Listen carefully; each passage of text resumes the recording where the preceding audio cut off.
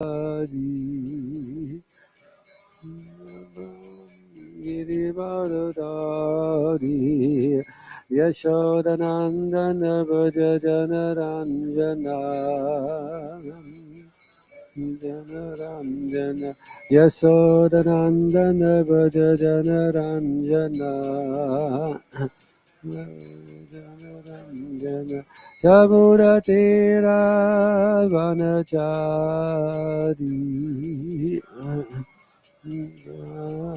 Chamuratera Vanachari Vanachari Jaya Radha Madhava Kunja Bihari Kunja Bihari Jaya Radha Madhava Kunja Bihari Madhava Kunja Bihari Jaya Gopi Jana Vallabha Girivardhari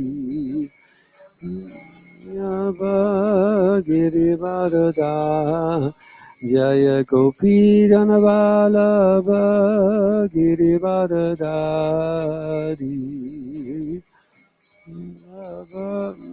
Girivardhari Yashodanandana Bhaja Janaranjana Jana Bhaja Janaranjana Yashodanandana Bhaja Janaranjana Jana Bhaja Janaranjana Samuratera Vanachari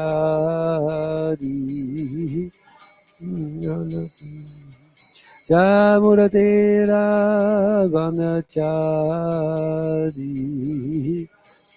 Vanachari Jaya Radha Madhava Kunja Bihari Kunja Bihari Jaya Radha Madhava Kunja Bihari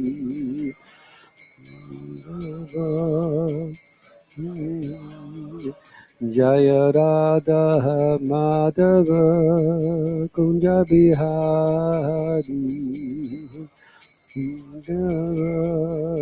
Kunja Bihari Gauda Premanandi Hari Hari Bo Jayam Vishnupad Paramahamsa Hridayatya Asto Divine Loving Grace A.C. Bhaktivedanta Swami Srila Prabhupada Ki Jai Ananta Kota Vaishnava Vrinda Ki Jai Namacharya Shri Haridas Thakur Ki Jai Prem Shri Gaho Shri Krishna Chaitanya Prabhu Nityananda Shri Advaita Gadadhar Shri Vasari Gaura Bhaktivinoda Ki Jai Tita Gaura Premanandi Hari Bo. All glories to the assembled devotees. All glories to the assembled devotees.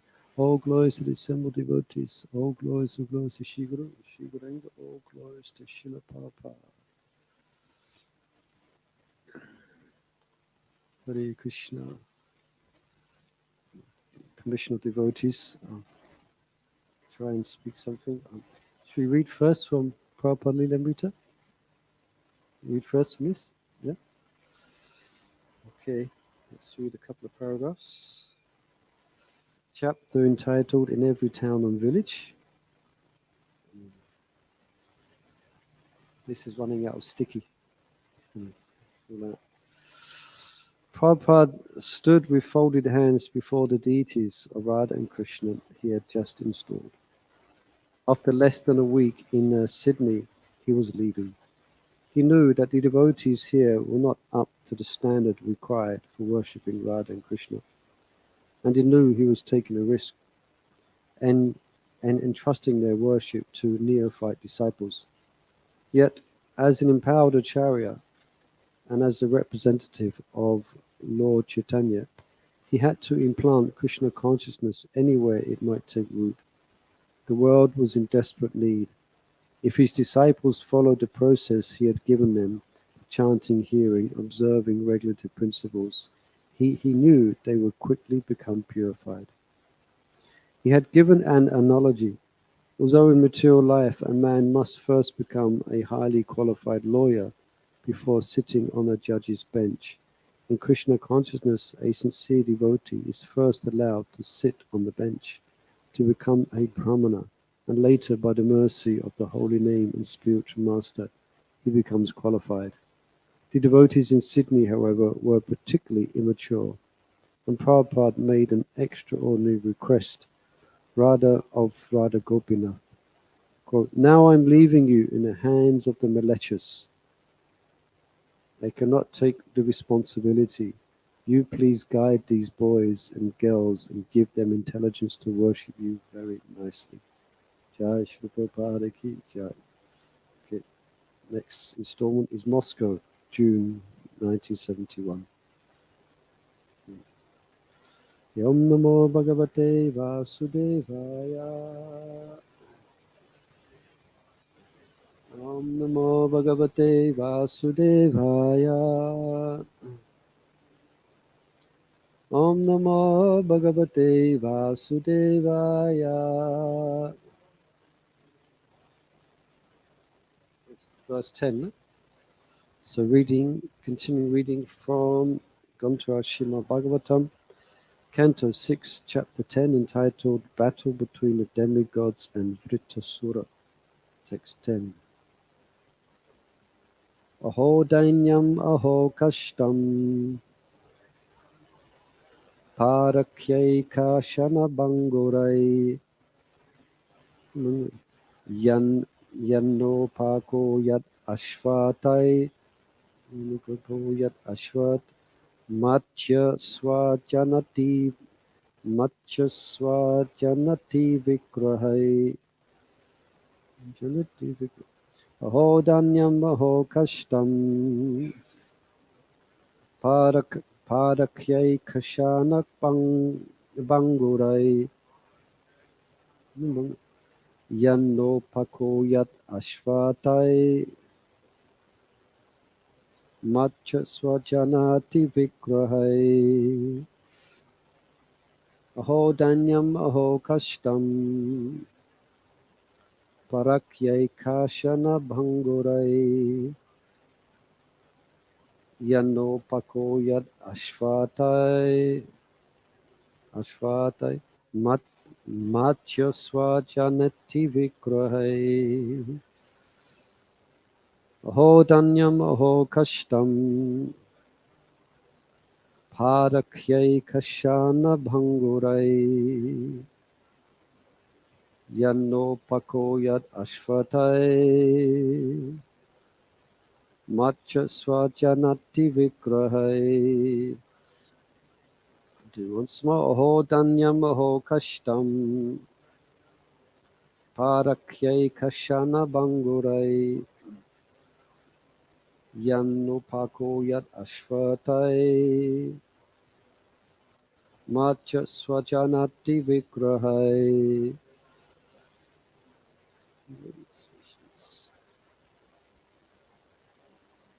Aho Danyam Aho Kashtam Parakeshana Bangurai Yat Ashvatai Matcha Swajanati Vikrahai. Aho Danyam Aho Kashtam Parakyai Kashana Bangurai Yat Ashvatai Matcha Swajanati Vikrahai. Aho Dainyam Aho Kashtam Parakeshana Bangurai Yanno Yat Ashvatai Matcha Swajanati Vikrahai. Aho Danyam Aho Kashtam Parakai Kushana Bangurai Yannapukuyat Ashvatai Macha Swajanati Vigraham. Aho Danyam Aho Kashtam Purakyai Kashana Bangurai Napakuyat Ashwatai Macha Swajanati Vigraham. Word and translation by His Divine Grace A.C. Bhaktivedanta Swami Srila Prabhupada. Oh, alas, dainyam, a miserable condition. Aho, alas, custom, simply tribulation. Parakyai, which after death are eatable by dogs and jackals. Kashana bangurai, perishable at any moment. Yat, because. Na, not. Akuyat, would help. Aswaatai, not meant for self-interest. Mahachya, a living entity destined to die. Swa, with his wealth. Janati, relatives and friends. Vigrahai, and his body. Translation. This body, which is eatable by jackals and dogs after death, does not actually do any good for me, the spirit soul. It is usable only for a short time and may perish at any moment. This body and its possessions, its riches and relatives, must all be engaged for the benefit of others, or else they will be the sources of tribulation and misery. Please repeat. This body, which is eatable by jackals and dogs after death, does not actually do any good for me, the spirit soul. It is usable only for a short time and may perish at any moment. The body and its possessions, its riches and relatives, must all be engaged for the benefit of others, or else they will be sources of tribulation and misery. Purple. Similar advice is also given in Srimad Bhagavatam, Canto 10, Chapter 22, Text 35. Etavat janma safalyam dehinam iha dehishu prane ate diyavacha shrayam achalanam sada. Quote, it is a duty of every living being to perform welfare activities for the benefit of others with his life, wealth, intelligence, and words. This is the mission of life. One's body and the bodies of his friends and relatives, as well as one's own riches and everything else one has, should be engaged for the benefit of others. This is the mission of Sri Chaitanya Mahaprabhu, as stated in Chaitanya Charitamrita Adilila 9:41. Parati bhumiti haila manusa janmaja janma sataka kari kara para upaka. One who has taken his birth as a human being in the land of India, Bharatavasa, should make his life successful and work for the benefit of all other people.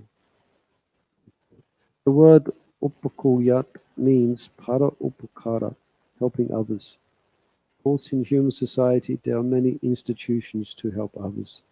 But because philanthropists do not know how to help others, their propensity for philanthropy is ineffectual.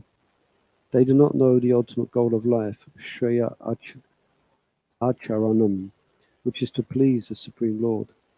If all philanthropic and humanitarian activities were directed towards achieving the ultimate goal of life, to please the Supreme Personality of Godhead, they would all be perfect.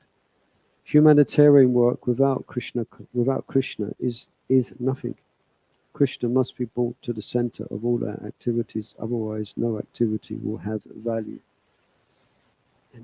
Om Ghanatimarandasya Gananjana Salakaya Chakshum Militam Yena Tasmai Shri Gurave Namaha Jaya Sri Krishna Chaitanya Prabhu Nityananda Shri Advaita Gadadhara Shiva Sari Gaura Bhakta Vrinda Hare Krishna Krishna Krishna Hare Hare Hare Rama Rama Rama Hare Hare.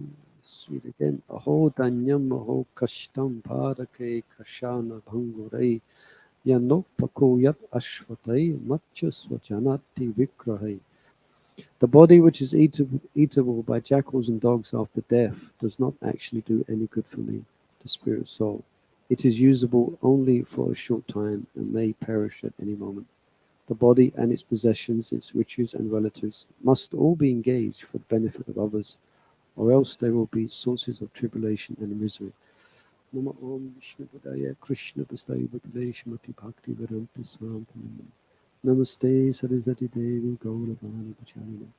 Nivasesha Sunyavade Prashtutara Satarini. Hare Krishna. So here the ultimate, what's described here as upakara, or the ultimate charitable work, the ultimate benefit that can be done is in relationship, or should be done in relationship to the Supreme Personality of Godhead. Ita mula nishchanena, as a verse in the Srimad Bhagavatam that describes the benefit of worshipping Krishna, which worshipping Krishna directly. Yeah? In other words, not worshipping the other various demigods. How many demigods are there? Millions. Sometimes we have like 33 million devas who are all presiding over different aspects of the universe. Even to blink our eyes, there's demigods in charge of that to digest our food. But ultimately, they all get power of attorney from the Supreme Personality of Godhead. That's why Srimad Bhagavatam, also Bhagavad Gita, Krishna directs one to completely depend upon him, just to worship him. Why? Because he's the root. Ita mula nishchanena triganti tiskando pusha pushaka. So he is the root of existence. So quite a simple analogy is given. Just like if you want to take care of a plant or a tree, do you water every individual leaf? You have some trouble. It will take a long time. Yeah. So there, what do? You actually water the root. Then the whole tree is nourished. Yeah. So sometimes this is not, or sometimes this may be misunderstood. Because in one sense, charitable work is, you could say, it's of a sattvic nature, and it's not a demonic activity. It's actually activity in goodness, and it's only natural that one wants to help those who are in need. So interesting also yesterday in regards to the question to Javat Prabhu asked the question or he brought up the point that actually we see that the Vedic kings and in Vedic culture, and I was reading yesterday as well in the 7th canto of the Srimad Bhagavatam, that they would make sure everyone was taken care of. Yeah? All the material needs of everyone was taken care of. Those who were, even Vedic times, there were persons who were disabled. Yeah? There was persons who were destitute. But generally in the Vedic times, they were destitute by choice. Yeah? They would take vows of absolute renunciation. Yeah? And they would depend upon the welfare and the charitable institutions to actually feed them. Yeah? But foremost of the king's concern would be that everyone is engaged in the service of the Supreme Personality of Godhead. Yeah? And that's how the Brahmins would direct the Raja Rishis, the kings. For they knew that if one just did charitable works from an atheistic perspective, disregarding the Supreme, and just do charitable works, okay. But it's just like blowing on the boil. Yeah, I was reading as well this morning. Bhaktisiddhanta Saraswati Thakur describes it's just like trying to empty the ocean by using a cup. What's the point? Yeah. And if we actually think about it, how many charitable institutions do we have presently? Thousands, hundreds of thousands. Quite surprisingly, that even in Kali Yuga, charity is still known. The word charity is still, people know what it means. And some countries, in some places, they're quite charitably disposed. Of course, if they have the means, then they give charity. Like, you'd be surprised that America is one of the biggest charitable givers on the planet. It also happens to be one of the biggest takers, the takers of the resources of the planet. But still, there is big institutions, Christian institutions, or charitable institutions, and but interestingly, this point here is that, but some person go take it too far. This should be understood. Without giving respect and adoration and praise to the person who is supplying everything anyway. The one who's supplying, okay, a rich man may give grains, but don't be too proud, because where the grains come from, if there's no rain, there's no grains. Yeah? And who's giving the rain? Okay, you could say Indra is giving rain, but who's empowering Indra to give rain? That's actually Krishna. Yeah? That's actually the Supreme Lord himself. Yeah? And even there's some, we don't want to speak badly about, but just historically, we heard of the Salvation Army. Yeah? We are also part of the Salvation Army, by the way. Pada Upaka, the ultimate salvation, when we come to that we want to give humanity.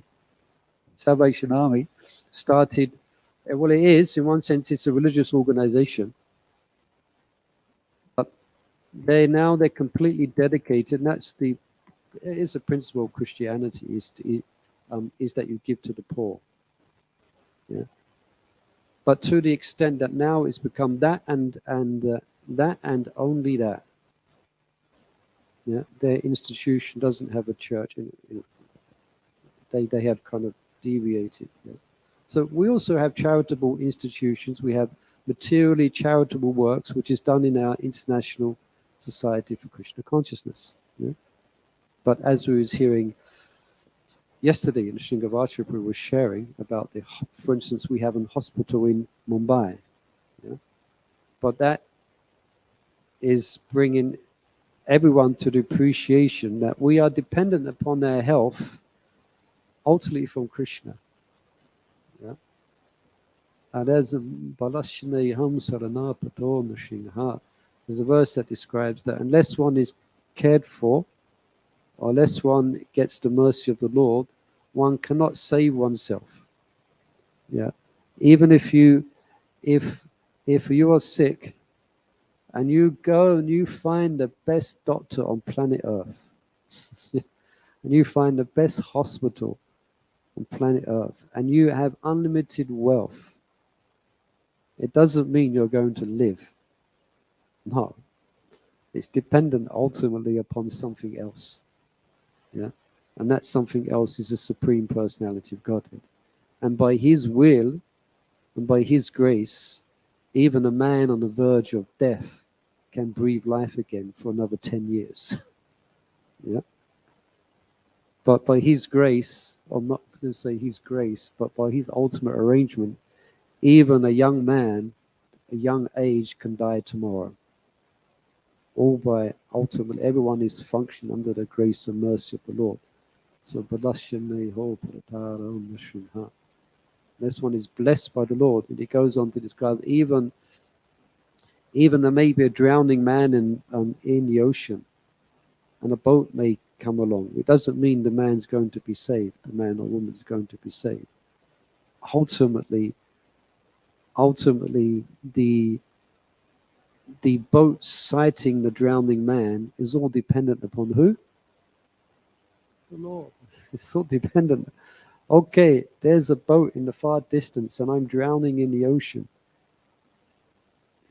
But the chances of me waving in this vast ocean and the person on the boat happens to look in his binoculars, he might see something and think it's just a shark. Yeah, the chance of his intelligence realizing that person, we're actually dependent upon the Lord, ultimately. Yeah, and also describe another example was given that even if parents are very loving, so much. I mean, how much affection do parents have for their children? Yeah, it's the closest we can get to what is known as selfless service and affection for the Supreme Lord, especially a mother's love for her child. Yeah. But that love does not always mean the child is going to live through all dangers. Yeah, we're automatically all dependent upon the grace and mercy of the Supreme Lord. Yeah, that's why it is. That's why the ultimate, you say, crime we can do is to live life in ignorance of the Lord's benefits. Yeah? To live life without regard and appreciation of what Krishna is actually giving us. Yeah? That's why Krishna says, that's why we patram paspam phalam toyam yomi bhakti pejati tada bhaktim uparitam asanami paryatmanaha. And what does one need to actually worship Krishna? Do you need thousands of pounds? Do you need millions of pounds? If you got it, yeah. if you got it, you should use it for Krishna. But what happens if you don't? Yeah. And patram puspam phalam tayam yoma bhakti prayati. You can offer a leaf, yeah, and Krishna will be happy. Yeah. If you offer a leaf to the demigods, then they won't be very happy. What's this? You just want a leaf. Yeah. If you offer a leaf, Krishna says, patram puspam phalam tayam yomi bhakti prayati. A leaf, a flower, fruit, or water. Yeah. So that's almost that this verse in chapter 9, Bhagavad, comes after Krishna speaking about worship of the demigods. And he's imploring this point of surrender to him and to be dependent on his protection. So he says, so he's almost pleading, if you worship, just worship me. Just worship me with a flower, a fruit, or water. Yeah. But what's the important point that Krishna says there? Has to be devotion. Yeah. Has to be with devotion. Yeah. So, okay, but I don't have any devotion. How can I offer it? But that's devotion itself. Well, when a devotee says, I have no devotion, that's an expression of humility. Yeah. But then the Krishna will be pleased. Yeah. So, but materialistic people find it hard to comprehend and they can't understand because from an external point of view, okay, say so many people are hungry and so many charitable works are needed. And actually, Bhaktisiddhanta Saraswati Thakur, he was criticized for spending so much money on these dioramas and so much money on these preaching activities, yet there'd be lots of hungry people. Yeah. But then he would point out, actually, by worshipping the Lord, by worshipping Krishna, then everyone will be fully satisfied. Yeah. Everyone will be supplied with all needs. Yeah. Why is there lacking in the world? Because there is a lacking of Krishna consciousness. Yeah.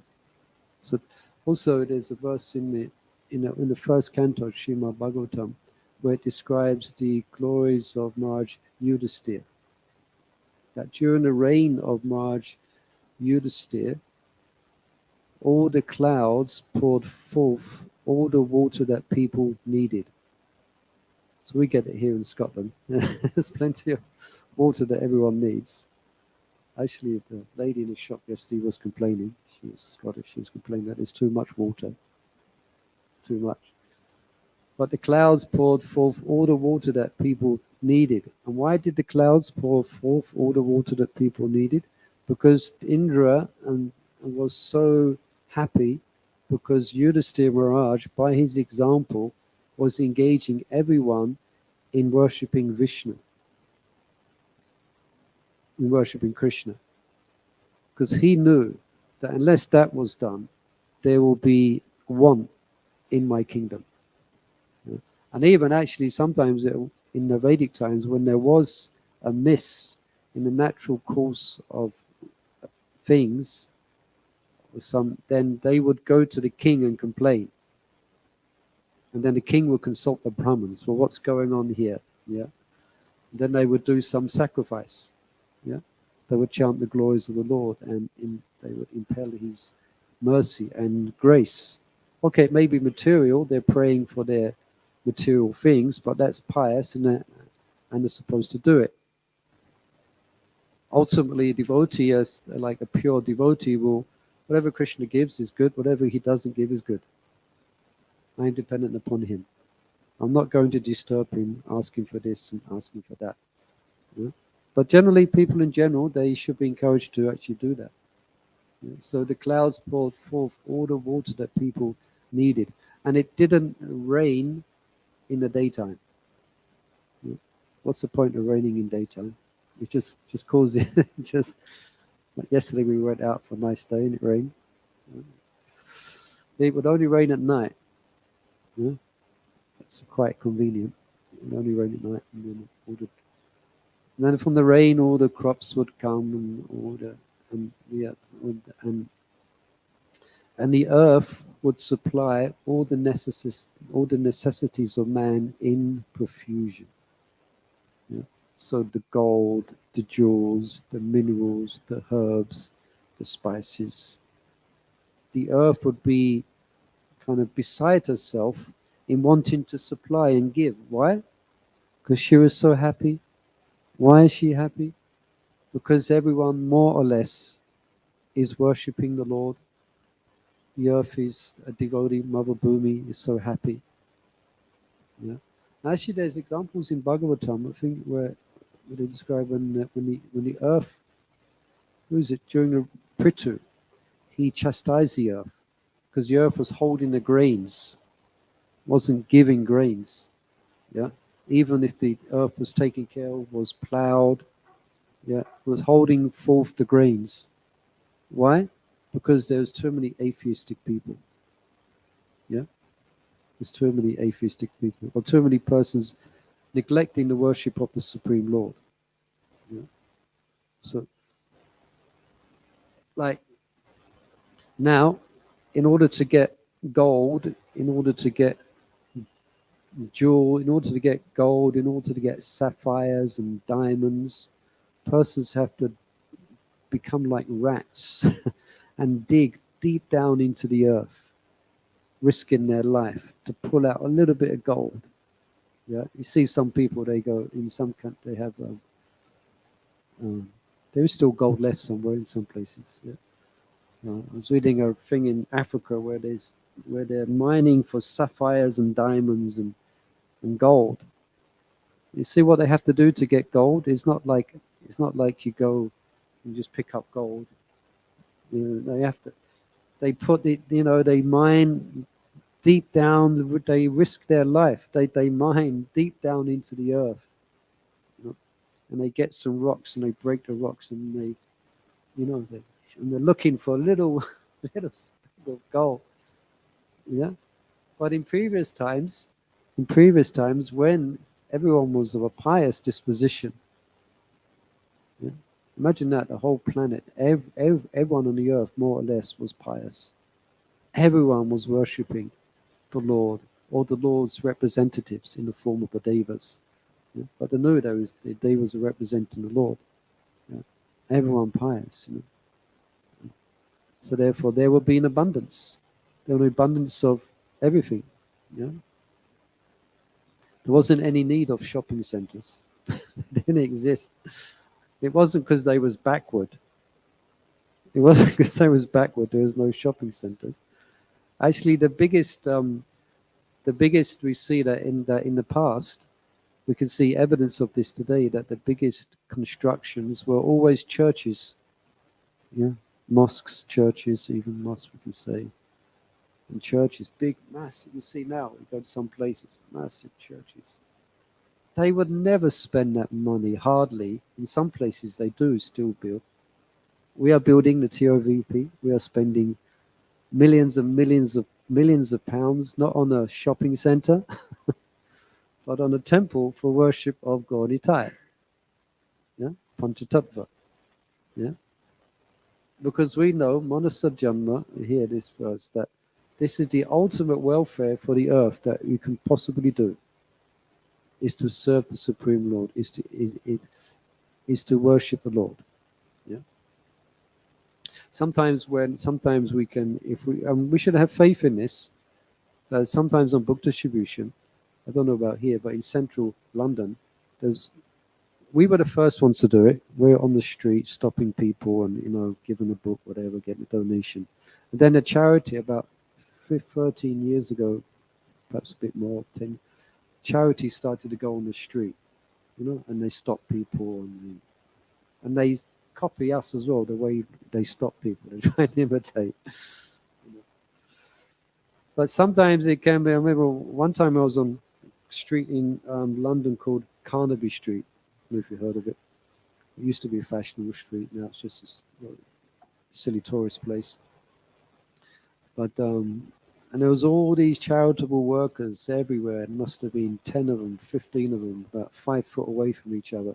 And I'm in the middle of them trying to stop them. And who's doing the most benefit? And it kind of, Krishna, it came to me because I was struggling a bit. I wasn't able to stop many people. And I was feeling a bit disheartened because some of these other persons were stopping people. And I said, wait, I'm doing Krishna. It's not fair, Krishna. Not exactly like that. But then I had some realization that me standing in that street was the most important activity in that whole street. All the activities, all the people running around like cockroaches in the big stores, You see, cockroaches are not very nice, no? They swarm everywhere. Sometimes I get the idea in London when there's everyone shopping and like cockroaches all swarming over the stores, trying to find some, just like a cockroach, trying to find some little sense gratification. They're crawling all over the place. In Liberties, in John Lewis, and they open the doors, all the cockroaches coming, going everywhere. I think actually what I'm doing, even though I'm not stopping anyone, even though I'm not stopping anyone and no one's taken the book for some time, still I'm doing the most important activity that is going to help human society. Yeah, para upaka, the greatest benefit that one can do.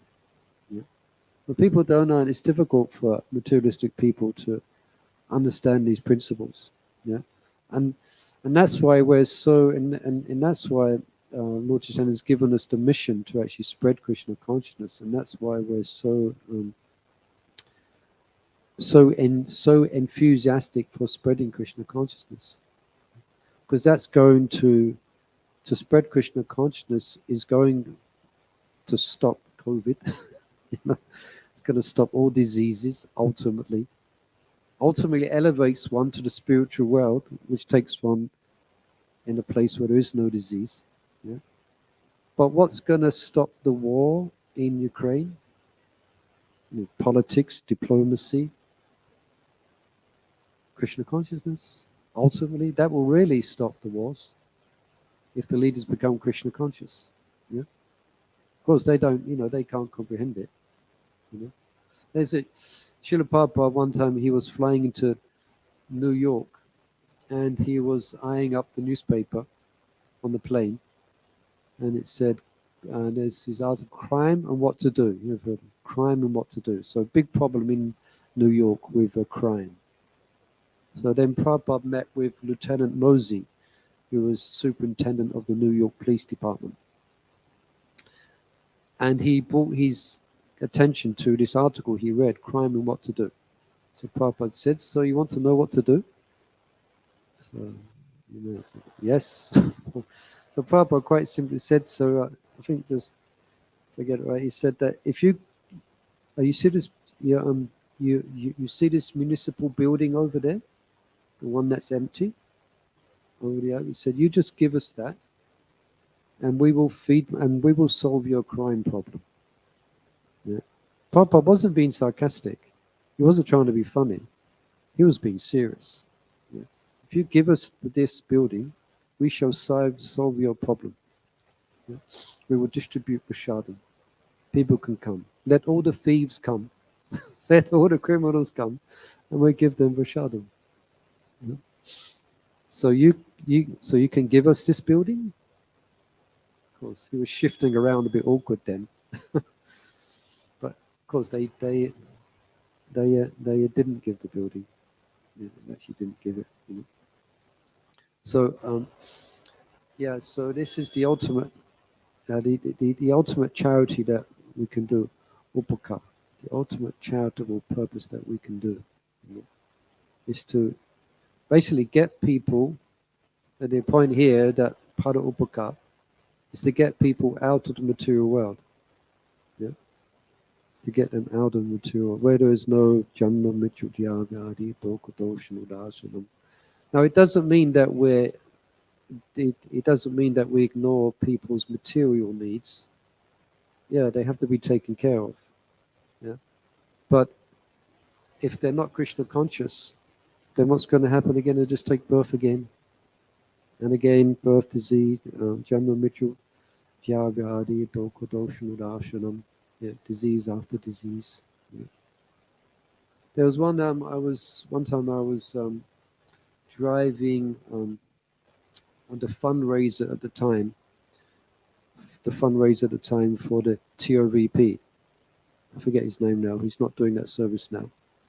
And I was driving him from the manor to Bhagavatam Manor to central London to meet one of the richest Indians on the planet.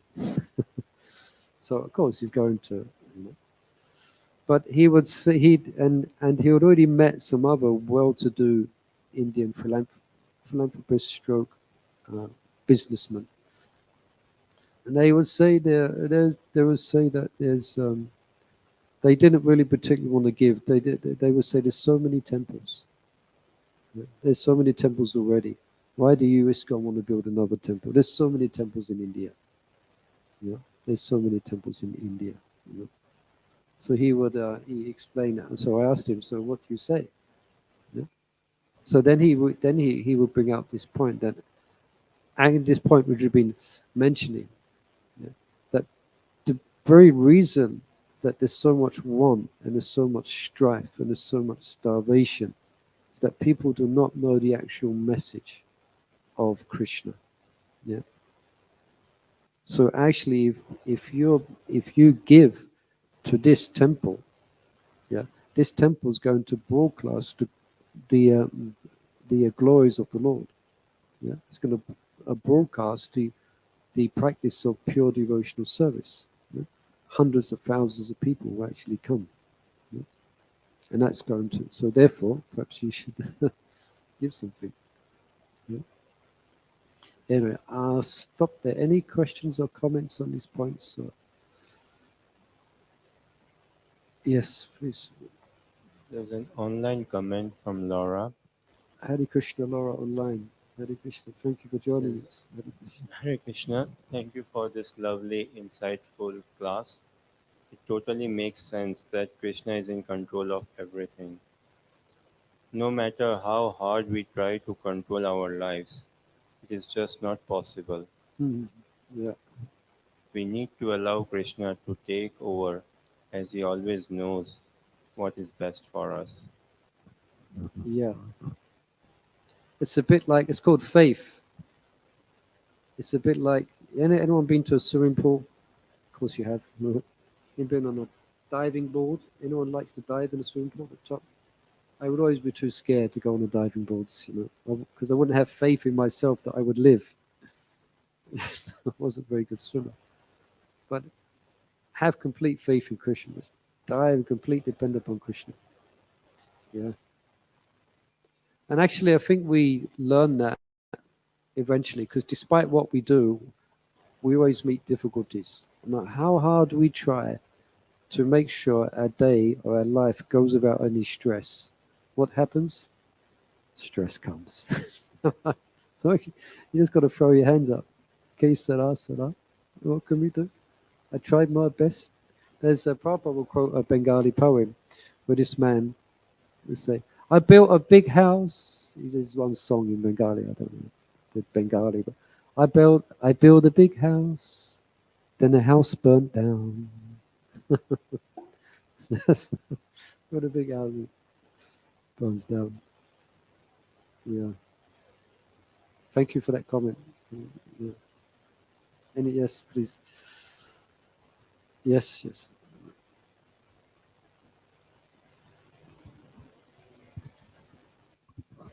The issue of distributing Krishna consciousness. Yes, yes. And, that's a very, very lofty goal and standing in Krishna. Yeah. Now, for me, I think a temple is a basis or a foundation where probably this could happen. I could be wrong, but that's what I think. Yes. Does ISKCON in England have a plan to have temples in different places? I have a selfish interest that my town has no temple. Woking and certainly. You want us to And build we a tried temple in and that Woking, huh? collapsed. The idea collapsed with the people, leadership broke up after COVID. So Yeah. there's nothing there. Even there was some but it stopped. Yeah, So not is there any exactly. plans, sir? We have a big temple in Watford, called Bhagavatam. We have a temple in central London. That's where I'm based. We have a centre in Manchester. We have a big temple in Leicester. We have a beautiful temple in Lesmahagow, Scotland. See, Haribol. We have where else have I missed somewhere? Huh? Newcastle. There's a centre there. Manchester, mentioned that. Birmingham, Bath. Basically, yeah. So we're not in the process at this present time of building new temples in the UK. We're more concentrating on spreading the word, so to speak, and developing the congregation of devotees. So if it becomes more, the more and more devotees come, and the congregation gets bigger and bigger, then perhaps we might contemplating building more temples. But for now, we're just trying to maintain the temples that we got. That's what we're trying to do. So we're spreading Krishna consciousness from these different centers. So there's no temple coming in Woking yet, I'm afraid. That means you have to come here. You have to go on pilgrimage. You have to come here to Scotland and other places. Yeah. Yes. You're describing how previously, when general citizens were so much more pious, than the earth was providing all necessities. Yeah. What would be the example of, say, perhaps like a small community like here, where we try and live in a way which is more pious, more in line with how we should be living, but the rest of society is very much impious and sinful activity? Would we be able to create a microclimate where we Yeah. sort of be able to survive, or we just sort of suffer the effects of the general population?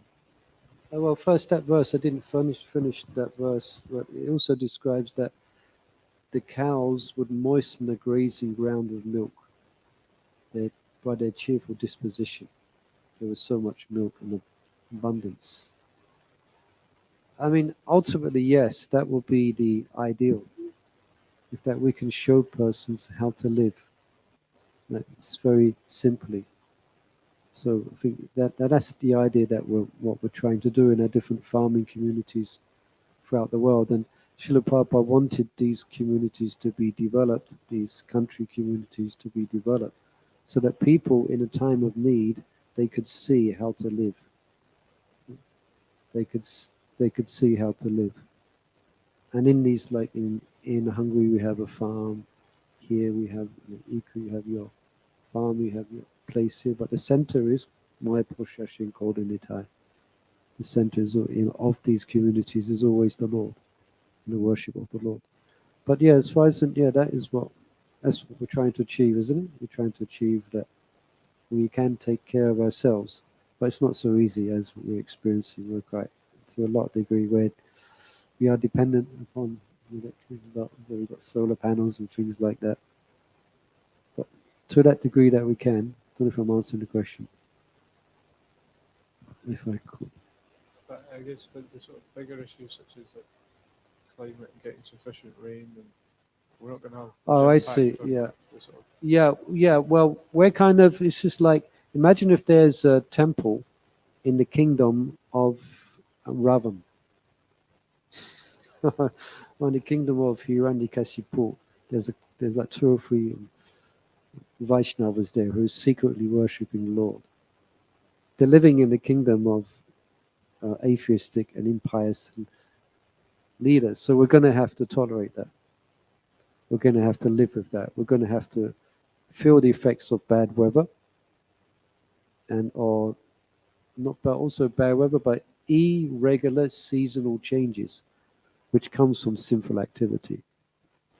We're living in that place that is happening in UK on the earth. So we're going to have to tolerate that, yeah, and continue worshipping Krishna. There isn't much we can do about that.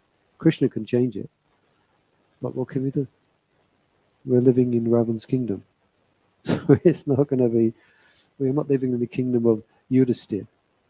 We're living in atheistic. Most leaders and most countries, their what's the word?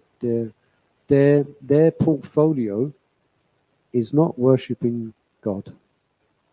Yeah, they're secular. The last thing they want to hear about in Houses of Parliament is some religious nut going on telling them they should worship the Lord. They're not interested.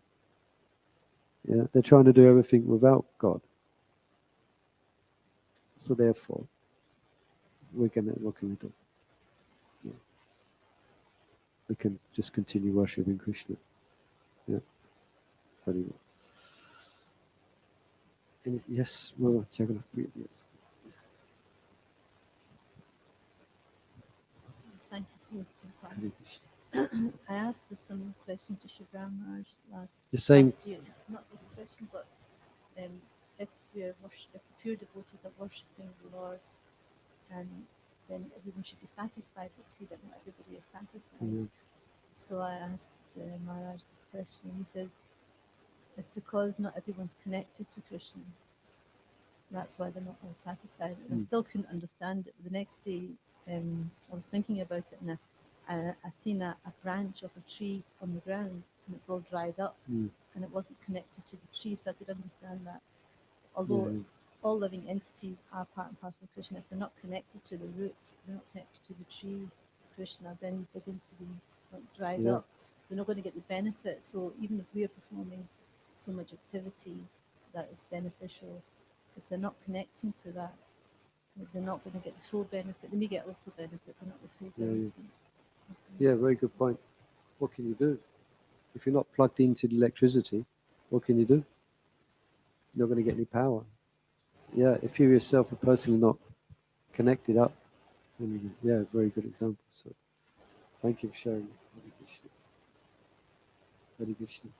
Any other questions? To have rain in the night and not in the day. There's a if you go to Nairobi in Kenya, that's what the local people say. It always rains in the evening, in the night Right. when there is daytime no rain. There's one place where that happens. Don't know how long it's going to continue. All right, should we stop there? Okay. Antara Srimad Bhagavatam ki jai. Srila Prabhupada ki jai. Gaura Premanande Hari Bol. Hare Krishna.